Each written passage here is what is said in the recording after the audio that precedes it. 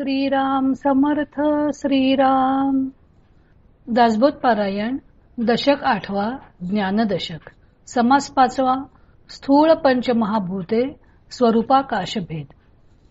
श्रीराम केवळ मूर्खते नेणे म्हणून घडले सांगणे पंचभूतांची लक्षणे विशद करुनी श्रीराम. मूर्ख असतात ते पंचमहाभूतांची लक्षणे जाणत नाहीत म्हणून स्पष्ट करून सांगणे भाग पडले. पंचभूतांचा कर्दम झाला आता नवचे वेगळा केला परंतु काही एक वेगळाला करून दाऊ श्रीराम. पंचमहाभूतांचे मिश्रण झालेले आहे आता त्यांना वेगळे करता येत नाही परंतु काही एक वेगळे करून दाखवू. पर्वत पाषाण शिळा शिखरे नाना वर्णे लहान थोरे खडे गुंडे बहु प्रकारे जाणीजे पृथ्वी श्रीराम. पर्वत पाषाण शिळा शिखरे नाना रंगांचे लहान मोठे खडे गुंडे इत्यादी ही पृथ्वी जाणावी. नाना रंगांची मृत्तिका नाना स्थळोस्थळी जे का वाळुके वाळू अनेका मिळवून पृथ्वी श्रीराम. नाना रंगांच्या माती नाना ठिकाणची वाळवंटे अनेक प्रकारची वाळू सर्व मिळून पृथ्वीच आहे. पुरे पट्टणे मनोहरे नाना मंदिरे दामोदरे नाना देवालये शिखरे मिळवून पृथ्वी श्रीराम. नाना नगरे मनोहर पट्टणे नाना मंदिरे व रत्नखचित मंदिरे म्हणजे दामोदरे नाना देवालये व त्यांची शिखरे सर्व मिळून पृथ्वीच आहे. सप्तद्वीपावती पृथ्वी काय म्हणून सांगावी नवखंडे मिळून जाणावी वसुंधरा श्रीराम. सप्तद्वीपे असलेली 9 खंडे मिळून सर्व वसुंधरा म्हणजे ही पृथ्वीच आहे. नाना देव नाना नृपती नाना भाषा नाना रीती 184 उत्पत्ती मिळून पृथ्वी श्रीराम. नाना देव नाना राजे नाना भाषा नाना रीती 84 लक्ष योनी सर्व मिळून पृथ्वीच आहे. नाना उद्वसे जेवणे नाना तरुवरांची बने गिरी कंदरे नाना स्थाने मिळून पृथ्वी श्रीराम. उद्ध्वस्त झालेली अनेक वने तसेच व्यवस्थितपणे लावलेल्या अनेक बागा गिरीकंदरे इत्यादी नाना स्थाने मिळून पृथ्वीच आहे. नाना रचना केली देवी जे जे निर्मिली मानवी सकळ मिळवणी पृथ्वी जाणी जे श्रोती श्रीराम. देवानी केलेली सर्व बहुविध रचना व मानवाने जी विविध निर्मिती केली आहे ती सर्व पृथ्वीच आहे. नाना धातू सुवर्णाधिक नाना रत्ने जे अनेक नाना काष्ठ वृक्षाधिक मिळवणी पृथ्वी श्रीराम. सुवर्णादी अनेक धातू अनेक प्रकारची रत्ने व अनेक काष्ठ वृक्षादी सर्व मिळून पृथ्वीच आहे. आता असो हे बहुवस जडांश आणि कठीणांश सकळ पृथ्वी हा विश्वास मानिला पाहिजे श्रीराम. आता हे किती म्हणून सांगावे ज्या ज्या वस्तूंमध्ये जडांश आणि कठीणांश आहे ती सर्व पृथ्वी असा विश्वास धरला पाहिजे. बोलिले पृथ्वीचे रूप आता सांगिजेल आप श्रुती ओळखावे रूप सावध होऊनी श्रीराम. प्रथम पृथ्वीच्या रूपाबद्दल सांगितलं आता आपाच्या रूपाबद्दल सांगतो ते श्रोत्यांनी सावध होऊन जाणून घ्यावे व ओळखावे. वापी कूप सरोवर नाना सरितांचे जे नीर मेघ आणि सप्तसागर मिळून आप श्रीराम. विहिरी आड सरोवरे अनेक नद्यांचे पाणी मेघ सप्तसागर हे सर्व मिळून आप होय. क्षार क्षीर सुरा सर्पी दधी इक्षुर्जलम तथा श्रीराम. खारट पाणी दूध मध तूप दही उसाचा रस व गोड पाणी असे 7 समुद्र आहेत. क्षार समुद्र दिसत आहे सकळ जनदृष्टी सपाहे जेथे लवण होत आहे तोची क्षार सिंधू श्रीराम. खारा समुद्र सगळ्या लोकांना प्रत्यक्ष दिसतोच आहे. ज्यातून मीठ निर्माण होते तो क्षार सिंधू. एक दुधाचा सागर त्या नाव क्षीर सागर, देवे दिधला निरंतर उपमन्यासी श्रीराम. एक दुधाचा सागर आहे, त्याचे नाव क्षीर सागर आहे. तो देवाने उपमन्यूला निरंतर देऊन टाकला आहे. एक समुद्र मध्याचा, एक जाणावा घृताचा, एक निखळ दह्याचा समुद्र असे श्रीराम. एक मद्याचा समुद्र आहे, एक तुपाचा समुद्र आहे, तर एक केवळ दह्याचा समुद्र आहे. एक उसाच्या रसाचा, एक तो शुद्ध जळाचा, ऐसा साता समुद्रांचा वेढा पृथ्वी येसी श्रीराम. एक उसाच्या रसाचा समुद्र आहे, तर एक केवळ शुद्ध पाण्याचा आहे. अशा 7 समुद्रांचा पृथ्वीला वेढा आहे. एवं भूमंडळीचे जळ, नाना स्थळीचे सकळ, मिळून अवघे केवळ आप जाणावे श्रीराम. याप्रमाणे सर्व भूमंडळातील जल एवढेच नव्हे तर इतर अनेक ठिकाणचे सर्व जल, ते सर्व मिळून आप जाणावे. पृथ्वी गर्भी किती एक, पृथ्वी तळी आवरणोदक, तिही लोकीचे उदक, मिळून आप श्रीराम.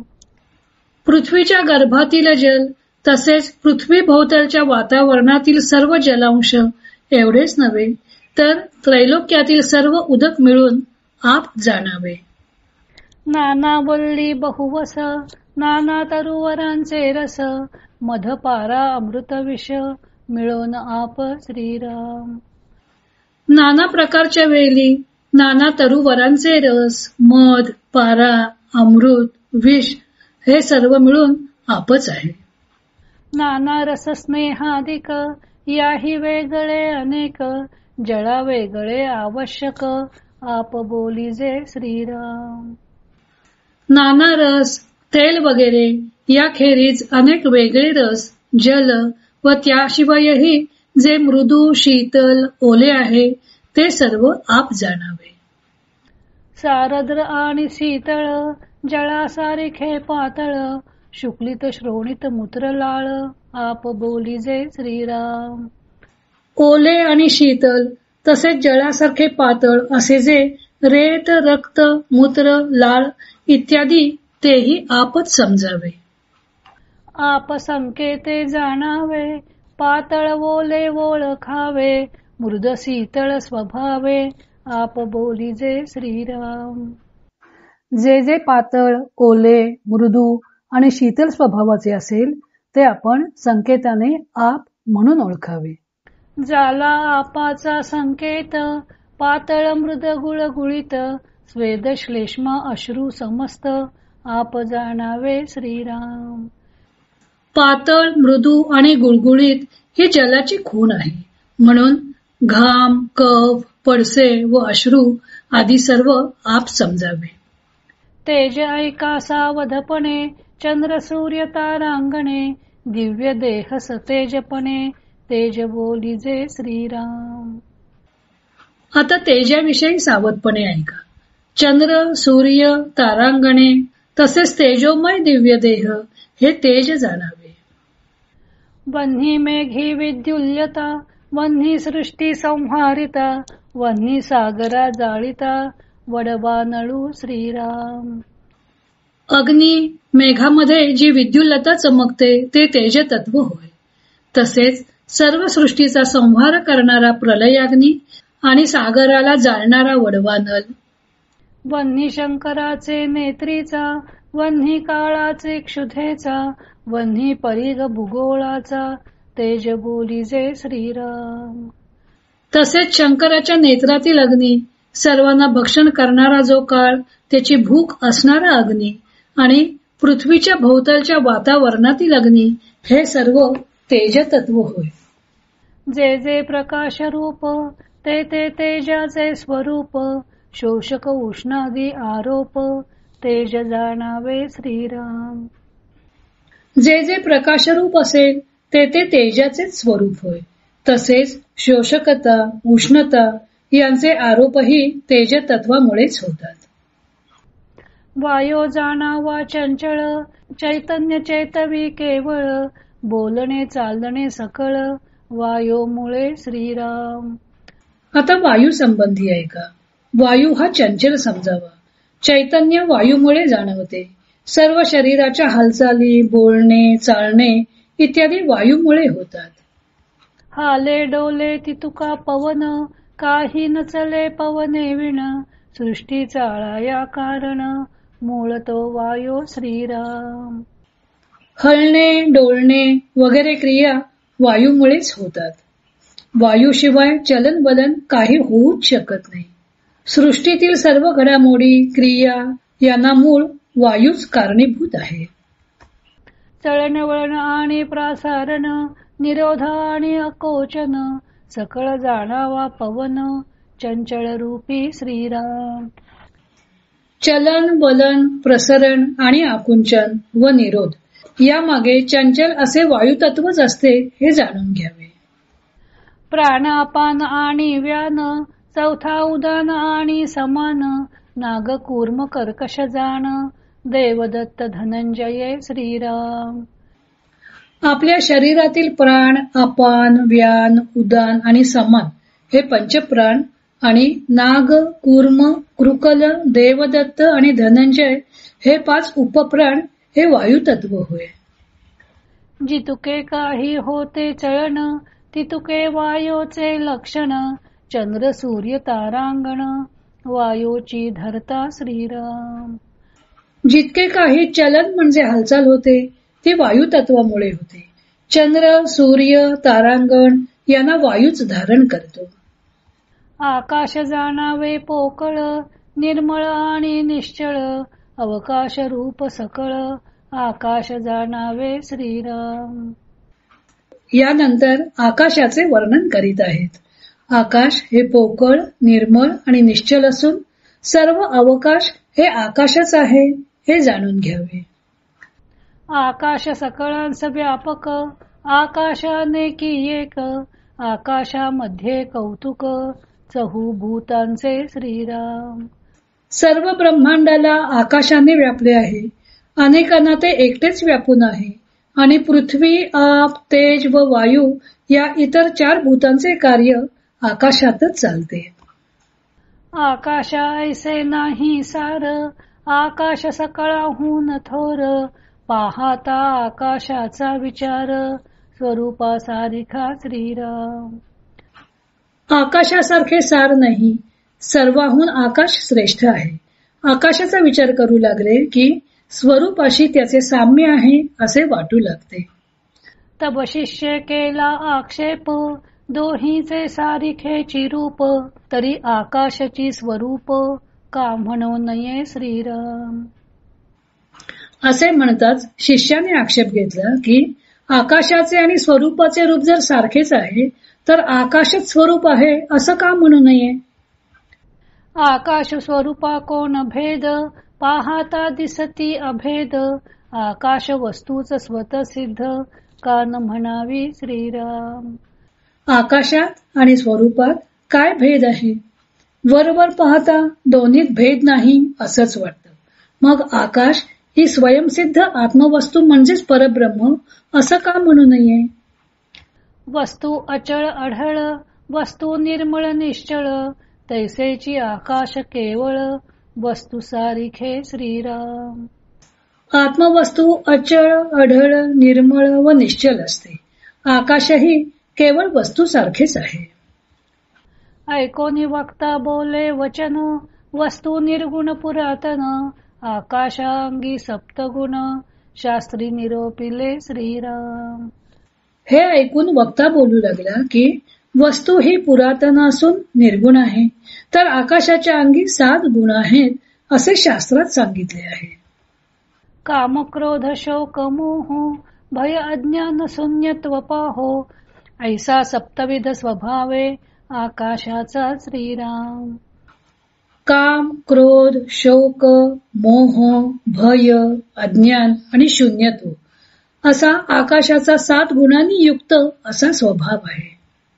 ऐसे शास्त्राकारे बोलिले, म्हणून आकाश भूत झाले, स्वरूप निर्विकार संचले, उपमे रहित श्रीराम. शास्त्रात असे म्हटले आहे, म्हणून आकाशाला भूत असं म्हटलं जातं. स्वरूप हे निर्विकार असून निरुपम व सर्वत्र व्यापून राहिलेलं आहे. काचबंदी आणि जळ, सारिखेच वाटे सकळ, परी एक काच एक जळ, शहाणे जाणती श्रीराम. काचेची जमीन आणि पाणी हे दोन्ही डोळ्यानं सारखेच दिसतात, पण शहाणे लोक काच कुठली आणि जळ कोठले ते अचूक ओळखतात. रुवामध्ये स्फटिक पडिला, लोकी तद्रूप देखिला, तेने कपाळ मोक्ष झाला, कापूस न करी श्रीराम. कापसामध्ये स्फटिक पडला तर लोकांना तो त्याच्यासारखा दिसतो, पण स्फटिक कठीण असल्याने कपाळ मोक्ष करू शकतो, कापूस करत नाही. तंदुलामध्ये श्वेत खडे, तंदुला सारिखेच वाकुडे, चावू जाता दात पडे, तेव्हा कळे श्रीराम. तांदळात पांढरे खडे असतात, ते तांदळाच्या आकारासारखेच वाकडे असतात, म्हणून प्रथमदर्शनी ओळखू येत नाही, पण चावायला गेले तर दात पडतो, तेव्हा ते खडे आहेत हे कळते. त्रिभागामध्ये खडा असे, त्रिभागा सारिखाच भासे, शोधू जाता वेगळा दिसे, कठीणपणे श्रीराम. चुना, वाळू आणि ताग यांच्या मिश्रणात खडा पडला तर तो त्या मिश्रणासारखाच भासतो, पण शोध घेतल्यानंतर तो त्याच्या कठीणपणामुळे त्या मिश्रणाहून वेगळा आहे हे कळून येते. गुळासारिखा गुळ दगड, परी तो कठीण निचाड, नाग कांडी आणि वेखंड, एक म्हणू नये श्रीराम. गुळ दगड हा गुळासारखा दिसतो, पण तो पूर्णपणे कठीण असतो. नागकांडी आणि वेखंड सारखी दिसतात, पण म्हणून त्यांना एक म्हणू नये. सोने आणि सोन पितळ, एकची वाटती केवळ, परी पितळेसी मिळता ज्वाळ, काळीमा चढे श्रीराम. सोने आणि सोन पितळ अगदी एकसारखेच दिसतात, पण पितळ जर अग्नीत टाकले तर ते काळे पडते. असो हे हीन दृष्टांत, आकाश म्हणजे केवळ भूत, ते भूत आणि अनंत, एक कैसे श्रीराम. आता हे हीन दृष्टांत देणे पुरे झाले. आकाश हे एक भूत आहे, ते भूत आणि अनंत असा परमात्मा एक कसे असू शकतील. वस्तुसी वर्ण चिनसे, आकाश श्याम वर्ण असे, दोहीस साम्यता कैसे, करती विचक्षण श्रीराम. आत्मवस्तूला रंगच नाही, आकाश श्यामवर्णी निळ्या रंगाचा आहे, मग विचारवंत या दोन्हीत साम्य आहे असं कसं म्हणतील. श्रोते म्हणती कैचे रूप, आकाश ठाईचे अरूप, आकाश वस्तूच तद्रूप, भेद नाही श्रीराम.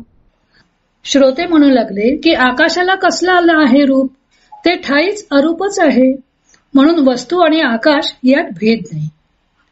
चहू भूतास नाश आहे, आकाश कैसे नासत आहे, आकाशास नसा आहे, वर्ण व्यक्ती विकार श्रीराम. इतर चार भूते नाश पावतात, पण आकाश कुठे नाश पावते, शिवाय त्याच्या ठिकाणी रंग व दृश्यत्व हे विकारही नाहीत. आकाश अचळ दिसते, त्याचे काय नासो पाहते, पाहता आमुचे निमते, आकाश शाश्वत श्रीराम. आकाश अचळ आहे, शिवाय ते नाश पावते असे आपण म्हणतो, पण त्याचे काय नाश पावते हे आम्हाला कळत नाही. आमच्या मते तर आकाश शाश्वत आहे.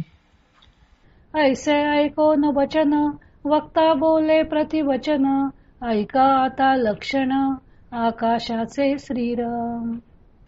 हे वचन ऐकून वक्ता म्हणाला की आता याचे उत्तर ऐका, मी तुला आकाशाचे लक्षण सांगतो. आकाश तमापासून झाले, म्हणून काम क्रोधे वेष्टिले, अज्ञान शून्यत्व बोलिले, नाम तयाचे श्रीराम. आकाश हे तमोगुणापासून झाले आहे, कारणाचे गुण कार्यात येतात, म्हणून ते कामक्रोधादीने वेढलेले आहे. शून्यत्व रूपी अज्ञान असं त्याला म्हणतात. अज्ञाने काम क्रोधाधिक, मोह भय आणि शोक, हा अज्ञानाचा विवेक आकाशा गुणे श्रीराम. अज्ञानामुळेच काम, क्रोध, शोक, मोह, भय इत्यादी त्याच्या ठिकाणी असतात. शून्यत्व म्हणजे अज्ञान ते आकाशाच्या ठिकाणी आहे, म्हणून आकाशाच्या ठिकाणी हे सर्व असते. नास्तिक नकार वचन तेची शून्याचे लक्षण, तयास म्हणती हृदय शून्य अज्ञान प्राणी श्रीराम. नास्तिकता व नकार वचन म्हणजे काही नाही हेच शून्यत्व. हे शून्याचे लक्षण आहे, म्हणून ज्याच्या ठिकाणी दयामाया नसते त्या प्राण्याला हृदय शून्य म्हटले जाते. तसेच ज्याच्या हृदयात शून्य म्हणजे अज्ञान आहे तो अज्ञानी माणूस असाही अर्थ होतो. आकाश स्तब्धपणे शून्य, शून्य म्हणजे ते अज्ञान, अज्ञान म्हणजे कठीण रूप तयाचे श्रीराम. आकाशाची स्तब्धता हीच त्याची शून्यता. शून्य म्हणजे अज्ञान आणि अज्ञान म्हणजे काठिण्य हे आकाशाचे रूप आहे. कठीण शून्य विकारवंत तयास कैसे म्हणावे संत, मनास वाटे हे तद्वत आहाच दृष्टी श्रीराम. कठीण, शून्य आणि विकारवंत आकाशाला सत्स्वरूप कसं म्हणावं? वरवर पाहिलं असता ते स्वस्वरूपासारखे मनाला वाटते. अज्ञान कालवले आकाशी तया कर्दम ज्ञान नासी, म्हणून या आकाशासी नाश आहे श्रीराम. आकाशात अज्ञान मिसळलेले असते, त्या मिश्रणाला ज्ञान नष्ट करते, म्हणून आकाशाला नाश आहे. तैसे आकाश आणि स्वरूप पाहता वाटती एक रूप, परी दोही मध्ये विक्षेप शून्यत्वाचा श्रीराम. म्हणून आकाश आणि स्वरूप वरवर पाहता एकरूप वाटतात, पण दोहोंमधील शून्यत्वात फरक आहे. आहाच पाहता कल्पनेसी सारिखेच वाटे निश्चयेसी, परी आकाश स्वरूपासी भेद आहे श्रीराम. वरवर पाहता कल्पनेला दोन्ही सारखेच वाटते, पण विचार केला असता कळतं की आकाशात आणि स्वरूपात निश्चितच भेद आहे. उन्मनी आणि सुषुप्ती अवस्था सारिखेची वाटे तत्वता, परी विवंचूनी पाहो जाता भेद आहे श्रीराम. ज्याप्रमाणे उन्मनी अवस्था आणि सुषुप्ती अवस्था वरवर पाहिले असता सारख्या वाटतात, पण विश्लेषण करून सखोल विचार केला असता कळून येतं की त्या दोन्ही अवस्थांमध्ये भेद आहे. म्हणजे सुषुप्तीमध्ये अज्ञान बीज रूपाने शिल्लक असते, उन्मनीत अज्ञान संपूर्ण नष्ट होऊन स्वस्वरूपाशी पूर्ण तादात्म्य झालेले असते. हा फार मोठा फरक आहे. खोटे खऱ्या सारिखे भाविती, परी परीक्षवंत निवडिती, का कुरंगे देखो न भुलती मृगजळासी श्रीराम. सामान्य लोक खोट्याला खऱ्याप्रमाणे मानतात, पण पारखी असतात, त्यांना खऱ्या खोट्याची पारख असल्याने ते खरेच निवडून घेतात. मृगजळाला पाहून हरणे जशी भुलतात तशी अज्ञानी लोकांची स्थिती असते. आता असो हा दृष्टांत बोलीला कळा या संकेत, म्हणून भूत आणि अनंत एक नव्हेती श्रीराम. आता हे सर्व राहू दे, संकेत कळावा म्हणून हा दृष्टांत दिला आहे.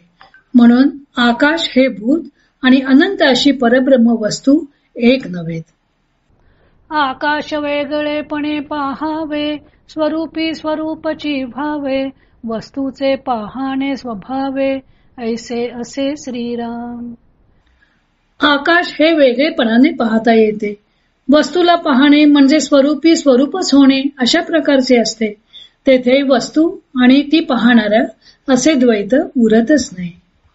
येथे आशंका फिटली, संदेह वृत्ती मावळली, भिन्नपणे नवचे अनुभवली स्वरूप स्थिती श्रीराम.